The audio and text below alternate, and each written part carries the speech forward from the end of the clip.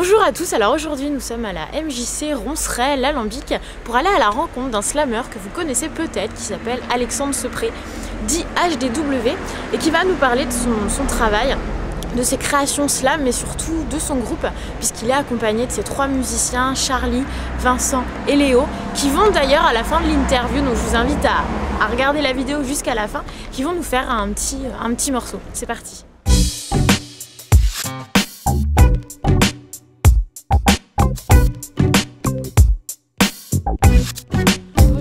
Alexandre Sepré, dit HDW. Bonjour Laura. Tu es ici, nous sommes ici à l'Alembic, MJC l'Alembic, Ronceret, accompagné de ton groupe avec Léo, Charlie et Vincent qui sont juste derrière nous. Et on parle ici de slam. Alors tout d'abord, j'ai une petite question, pourquoi HDW? Alors ça c'est une question qui est beaucoup revenue au début et puis sur le ton de la plaisanterie je répondais souvent hâte d'être en week-end, donc c'était le petit côté amusant. En fait au début il y avait une signification qui était hardware. En fait, c'est du matériel informatique et on m'avait collé ce pseudonyme par rapport à la façon dont je travaillais, une méthode un peu très rigoriste, c'est-à-dire très très carrée, des fois qui laissait pas part à l'imagination, donc très très rapide, très précise. Et du coup, c'est resté. Je me suis dit, au lieu de faire hardware parce que les gens vont pas forcément comprendre, j'ai juste pris l'acronyme. D'accord, et tu as gardé du coup, ça, et partout on retrouve Alexandre HDW Sepré. Ouais, c'est ça. Comment est née la passion pour toi, pour le slam? La poésie, tu as commencé en fait par la poésie, ouais. Et j'ai cru entendre que c'est plutôt les journalistes à un moment donné qui t'ont dit « Ouais, non, mais en fait tu fais pas de la poésie, tu fais du slam ». Exactement, ouais. En fait, c'est un peu incroyable parce que c'est un parcours très progressif. J'ai commencé à faire du théâtre à l'âge de 6 ans. Donc il y avait vraiment une pratique déjà. En plus, j'ai commencé à l'âge où on découvre la lecture. Et je pense que le parallèle entre les deux m'a amené aussi à l'écriture. Donc à écrire des petites histoires, vraiment quand on a 6 ans. Je sais pas, on prend des choses qui nous entourent, des histoires de fées, de dragons, puis on remixe un peu le tout. Et puis voilà, j'ai continué le théâtre. Et puis arrivé en première, donc première littéraire, tout se suit, j'ai eu l'idée de réunir certains de mes textes et de les envoyer à une maison d'édition parisienne, une petite maison. Et du coup, elle m'a répondu positivement, donc il y a eu plusieurs étapes, mais j'ai décroché un contrat d'édition. Bon, c'était une première expérience assez correcte, mais relativement modeste puisque c'était pas une grosse maison. En plus il y a eu des soucis sur certains aspects de mise en page ou des éléments de ce type. Et puis un jour en mars 2009 j'avais été invité à l'université du Maine par les étudiants de l'HEC qui organisaient une soirée mélangeant poésie et slam. Donc moi j'intervenais en tant qu'invité poète et je me suis retrouvé dans une session slam et en fait j'ai été vraiment bluffé. Puis ça doit être genre une semaine ou deux après, il y a une radio associative, donc Radio Alpa, je pense qu'on peut la citer, qui proposait un stage d'écriture, d'enregistrement et de diffusion slam. Et du coup je me suis dit bah tiens, c'est peut-être l'occasion de voir ce que ça pourrait donner. Donc j'ai commencé à suivre les ateliers. Ça s'est super bien passé. Vraiment, les productions que j'ai réalisées lors de cet atelier, j'ai même pas honte de les ressortir aujourd'hui sur scène parce qu'il y a vraiment, je sais pas, une fraîcheur, une nouveauté que je pense que je perdais petit à petit avec la poésie telle que je l'entendais moi. Et du coup, tout est parti de là. En fait, j'ai rejoint le collectif Manceau Slam Inspire à l'issue du stage. Et ça s'est enchaîné vraiment rapidement puisque j'ai gagné un concours un mois après, qui m'a emmené sur la scène des Trois Baudets à Paris, donc quand même une scène assez importante sur laquelle sont passés notamment Serge Gainsbourg ou Boris Vian. Et donc ça s'est très mal passé, puisque c'était la première scène sur Paris, donc on est arrivé un petit peu en retard. Voilà, moi j'étais un peu impressionné, parce que mine de rien, j'avais 19 piges, et se retrouver comme ça à 19 piges sur une scène parisienne devant un public complet, c'était je crois plus de 300 personnes, c'est quand même impressionnant. Donc, mais je suis retourné l'année d'après, du coup ça s'est bien mieux passé. Ouais. Et est-ce que tu as des thèmes récurrents dans tes slams? Ouais, il y a un thème qui revient souvent, c'est le thème de la ville en fait. L'urbanité, c'est vraiment quelque chose qui me touche et qui me parle, le bitume, sans entrer non plus dans les préjugés des grands ensembles, voilà, la misère et tout, mais ouais, ça me touche. Et c'est bizarre parce que moi je viens de la campagne, mais j'ai de plus en plus de mal avec la campagne, même si c'est sympa parce qu'on peut se retirer, on peut réfléchir sur soi. Mais j'aime les centres-villes, les grandes cités, parce qu'il y a du dynamisme, il y a du mouvement et je trouve ça intéressant. Ouais. Et est-ce que c'est des thèmes du coup qu'on va retrouver sur ce projet d'album c'est des 6 titres avec toi et puis les gars, est-ce que c'est des thèmes qu'on va retrouver? Puis tu peux aussi, je pense, nous parler de ce fameux projet aussi. Yes. Bah oui, pour répondre à votre première question, ouais, c'est un thème qu'on retrouve notamment dans le second morceau qui s'appelle Fait divers.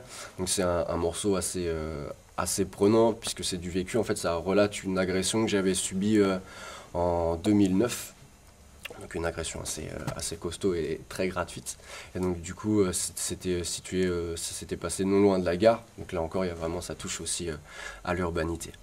Et pour parler de l'EP 6 titres, donc c'est vraiment un EP, c'est une première production pour voir un peu comment réagit le public, comment ça marche aussi l'industrie du disque, parce que bon, on vit des temps qui sont un peu compliqués au niveau artistique, donc il faut savoir gérer ça, savoir gérer des financements. C'est vraiment un projet très sérieux. Donc ça fait 1 an et demi que je bosse dessus. J'avais commencé avec Thomas Chenny, alias Otherness Society, du label Good Citizen Factory. Donc on avait fait des premières maquettes en termes d'ambiance. Je m'y retrouvais pas mal, mais je trouvais que c'était un peu sombre par rapport à ce que je voulais. Du coup, les gars ont vraiment su apporter ce nouveau souffle, et cette musicalité surtout. Donc là, en fait, on a lancé une vaste souscription sur un site qui s'appelle KissKissBankBank. Et du coup, le défi un petit peu fou, c'était de réunir 2000 € avant le 16 mars de l'année 2012. Et donc on a eu des très bons retours. Et on voulait quelque chose d'assez honnête dans cette souscription, c'est-à-dire que les gens peuvent miser, mais si nous, on reste propriétaires des droits intellectuels, les gens reçoivent en échange des petites contreparties. Donc là, c'est pareil, on s'est fait un petit peu plaisir. Ça va du simple badge HDW, par exemple au slam écrit à partir de votre vie. Après, on peut même composer des musiques pour les gens. Donc ouais, c'est assez... Il y a de la relation. J'aime bien ce contact avec le public. Je trouve que c'est important aujourd'hui. Et puis tu t'entoures d'une bonne équipe, tournage de clips, etc. Ouais, tu peux ouais. avoir des petites infos. Alors, je tente. Hein. L'exclusivité, ouais, on peut le dire. Bon, je pense que le premier soutien, il vient de Michel Bampelli de la structure Urban Music Tour. Franchement, je lui dois beaucoup de choses puisqu'il a été un des rares et dès le début, il était là depuis ma première scène, il était là dans le public devant la scène avec un grand sourire en me disant ouais c'est bien. Et ouais, il m'a vraiment fait comprendre que j'avais un certain potentiel sans prétention et qu'il fallait que j'ai confiance en moi, qu'en travaillant, voilà, en précisant certaines choses, ça pouvait marcher. Donc en fait l'équipe de Ficha qui est parisienne, qui est tenue par un individu qui s'appelle Fifou et qui est en fait un peu la référence des visuels, des clips dans l'esthétique du hip-hop. Donc il a travaillé avec des gens comme NTM, Youssoupha, Snoop Dogg et donc on a réussi à avoir une négociation et du coup c'est eux qui ont réalisé le clip du morceau Slamouche qui est un peu le single de l'EP 6 titres. Super. Et vous allez d'ailleurs nous proposer un petit extrait complètement, de cet album un petit morceau. Donc justement, c'est le morceau Fait divers dont je parlais tout à l'heure avec cette notion d'urbanité. Et comment va s'appeler l'album? Il s'appelle Lyricanthropie. Alors ça a une signification bien particulière, c'est un mot valise en fait, donc déjà dans le thème de l'écriture. Et c'est un mélange de lycanthropie, donc la maladie des loups-garous entre guillemets, et les lyrics. Les lyrics, donc dans le hip-hop, c'est évidemment le texte, mais ça rejoint aussi le registre lyrique, pour le coup, qui est plutôt l'épanchement de ses sentiments personnels. Donc voilà, il y a tout un thème autour du loup-garou et de la lune, sachant que la lune elle-même est le symbole du changement. Ça marque un peu en fait le pas que nous on franchit, surtout moi, en passant des scènes a cappella à un projet musical.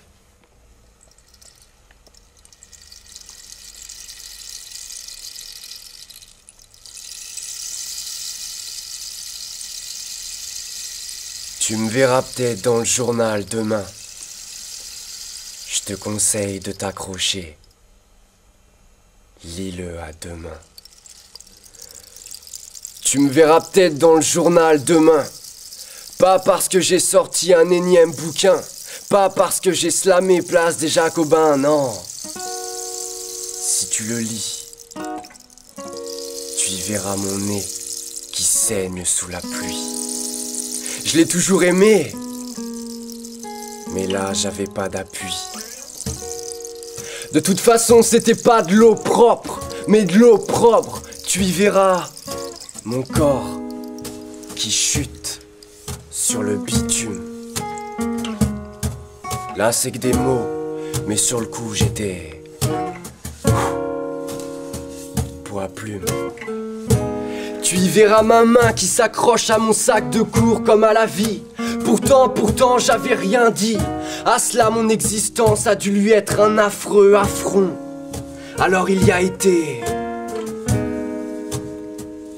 à fond. Non pas que je sois raciste, non. Je bénis l'étranger pour tout ce qu'il nous a apporté. Il n'a pas à se ranger. J'explique mon métier, il implique son tissage. Et on réplique mes tissages. Même si, sur le moment, je me suis dit merde, ici c'est pas Paris, c'est juste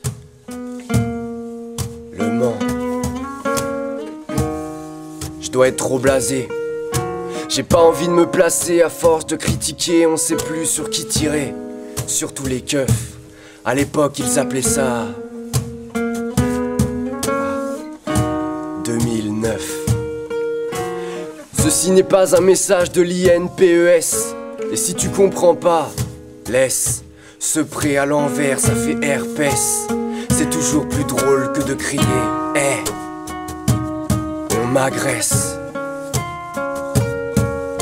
C'est con. Ouais. C'est con.